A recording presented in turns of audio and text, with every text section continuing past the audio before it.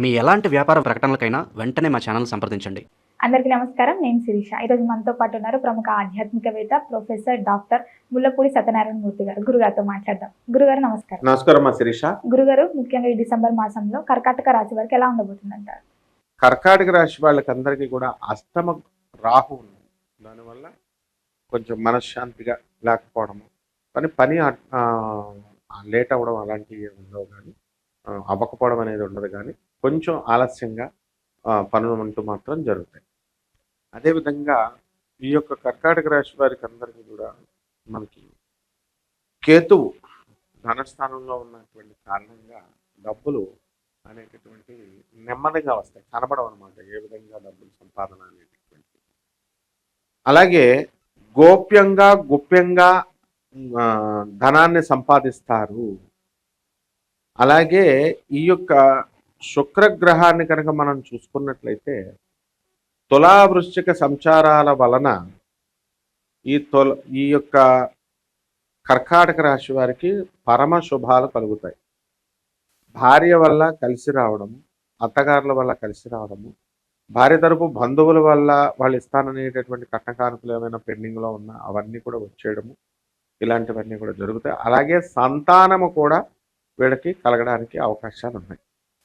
అలాగే ఇల్లు లేనటువంటి వాళ్ళు ఇల్లు కొంటారు, స్థలాలు లేనటువంటి వాళ్ళు స్థలాలు కొంటారు సొంతంగా. అద్దెళ్లలో ఉన్నటువంటి వాళ్ళు పెద్దళ్లలోకి మిద్దెళ్లలోకి వెళ్ళడం అనేటటువంటిది జరుగుతుంది.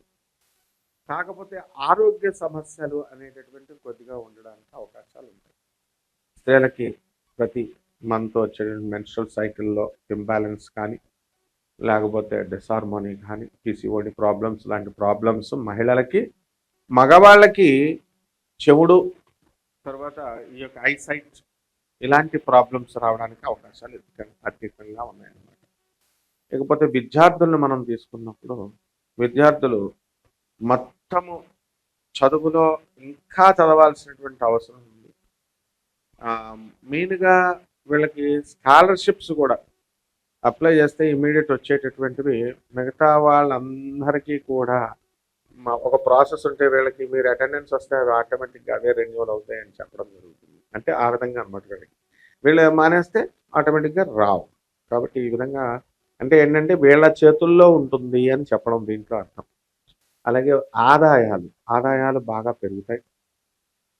గత నెలల కంటే కూడా ఈ నెలలో ఖర్చులు అధికంగా ఉంటాయి. ఎప్పుడూ కూడా ధనము కలకలలాడుతూ చేతిలో ఉంటుంది. బ్యాంక్ బ్యాలెన్స్లు అవన్నీ కూడా వీళ్ళకి కర్కాటక రాశి వారికి. అండ్ వృత్తిపరంగా వీళ్ళు చాలా మంచి పొజిషన్లో ఉన్నప్పటికీ కూడా దాంపత్య జీవనంలో వచ్చేసరికి వీళ్ళకి భార్యాభర్తల మధ్య కాస్త కొట్లాటలు అనేటటువంటివి, మనస్పర్ధలు అనేటటువంటివి ఉన్నాయి. వీటిని సామరస్యంగా వీళ్ళు పరిష్కరించుకోవాలి. అయితే కోర్టులోకి వెళ్ళిపోయారు కాబట్టి ఆ కోర్టుల్లో ఆ బెంచ్ మీదకి రాకుండా కేసులు కొంచెం అటు ఇటు తిరగడం ఇలాగా జరుగుతూ ఉంటాయి. అలాగే ఈ యొక్క కర్కాటక రాశి వారి రైతులను కనుక మనం తీసుకున్నప్పుడు రైతులు మంచి వ్యవసాయం బ్రహ్మాండంగా చేయడం అనేటటువంటి జరుగుతుంది. వాళ్ళకి లాభాలు కూడా బాగా వస్తాయి. అయితే ఈ యొక్క రైతులు కమిషన్ ఏజెంట్స్ ఉంటారు. ఈ యొక్క పప్పు దినుసులు ఇవి అమ్మేటటువంటి వాళ్ళంతా కూడా వాళ్ళు కూడా ఈ రైతులను అడ్డం పెట్టుకొని బాగా సంపాదించడం అనేటటువంటిది జరుగుతుంది. అలాగే గురుగారు, మరి కళాకారులకి, సినీ రంగాల వారికి, అలాగే రాజకీయ రంగంలో ఉన్న వారికి ఎలా ఉండబోతుంది అంటారు మరి ఈ మాసం అంతా? ఈ సినీ రంగంలో ఉన్నటువంటి వాళ్ళకందరికీ కూడా సూపర్ సక్సెస్ వస్తుంది. అలాగే ముఖ్యంగా ఈ సినీ రంగంలో ఉన్నటువంటి హీరోయిన్స్ బాగా సంపాదించడం అనేటటువంటిది జరుగుతుంది. అలాగే ఈ యొక్క నాటకాలు, మిగతా ఈ కళాకారులు ఉన్నారు, సినీ సంగీత సాహిత్య రంగాలలో ఉన్నటువంటి కళాకారులందరికీ కూడా గౌరవాలు బాగా కలుగుతాయి. వీళ్ళు అనుకున్న పనులు అనుకున్నట్లు సాధించుకోవడము, అలాగే ఈ పారితోషికాలు కూడా పెరగడం అనేటటువంటిది జరుగుతుంది. అండ్ సినిమా రంగంలో ఉన్నటువంటి వాళ్ళంతా కూడా ఒక టీం వర్క్గా చేయడము, దానివల్ల ఈ కెమెరామెన్ దగ్గర నుంచి మొత్తం యూనిట్ అంతా కూడా సంపూర్ణ సహకారంతో అందరికీ కూడా బాగుంటుంది అనమాట, కేవలం హీరోయిన్లకని కాకుండా. అలాగే గురుగారు, ఇప్పుడు ఎవరైనా ఈ మాసంలో ఎవరైనా కొత్త బిజినెస్ స్టార్ట్ చేయాలనుకుంటే ఈ మాసం అనుకూలంగా ఉందంటారా వీళ్ళ కర్కాటక రాశి వారికి? ముఖ్యంగా కర్కాటక రాశి వాళ్ళకి ఈ డిసెంబర్ నెలలో కొత్తగా వ్యాపారాలు ప్రారంభించుకోవచ్చు. అయితే ఏమి వ్యాపారాలు చేయకూడదంటే రాహువుకు సంబంధించినటువంటి వ్యాపారాలు, ట్రాన్స్పోర్ట్ బిజినెస్లు, ఎలక్ట్రానిక్స్ వ్యాపారాలు, ఎలక్ట్రికల్ వ్యాపారాలు, ఇలాంటి వ్యాపారాలు చేయకూడదు.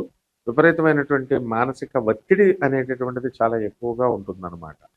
సో ఈ యొక్క ఆ, హోటల్స్, ఈ యొక్క బట్టల షాపులు, ఆ తర్వాత ఇవన్నీ ఆ, ఈ వృత్తులు బ్రహ్మాండంగా ఉంటాయి. హాస్టల్స్ ఇవన్నీ కూడా, అండ్ బెల్ట్ షాపులు, అలాగే ఈ వైన్స్, పబ్స్, రెస్టారెంట్స్, ఇట్లాంటి బిజినెస్లు అన్నీ కూడా బాగుంటాయి.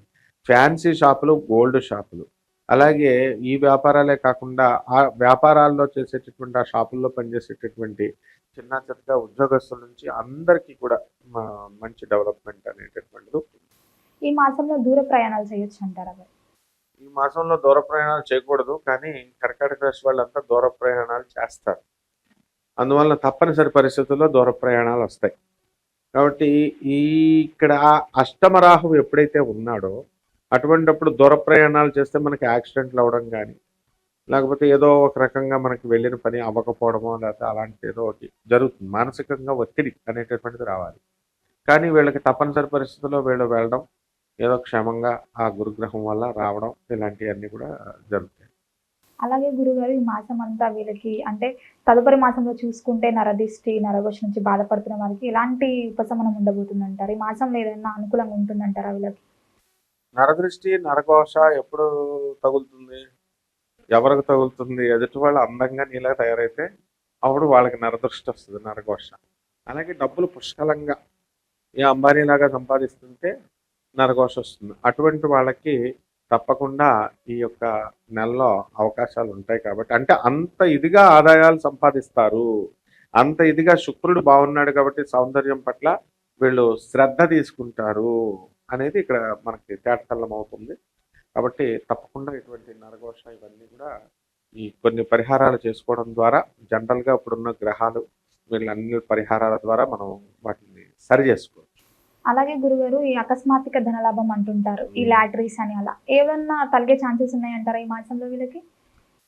అంటే ఒకడు ఉన్నాడు అనమాట, ₹1,00,00,000 లాటరీలు కొంటే కోటి సార్లు పోయింది, ఒకసారి ₹10 తగిలింది అన్నట్టు. అలా లాటరీలు అన్నీ వీళ్ళకి కర్కాటక రాశి వాళ్ళకి కలిసి రావు. స్వయం కృషితో వీళ్ళు కష్టపడతారు. ఇవన్నీ కూడా ఏంటంటే అమ్మా, మనము ఈ గోచార రీత్యా మనం చూస్తున్నాం కాబట్టి అవి జరిగేటటువంటి ఫలితాలు. అంటే it varies from person to person.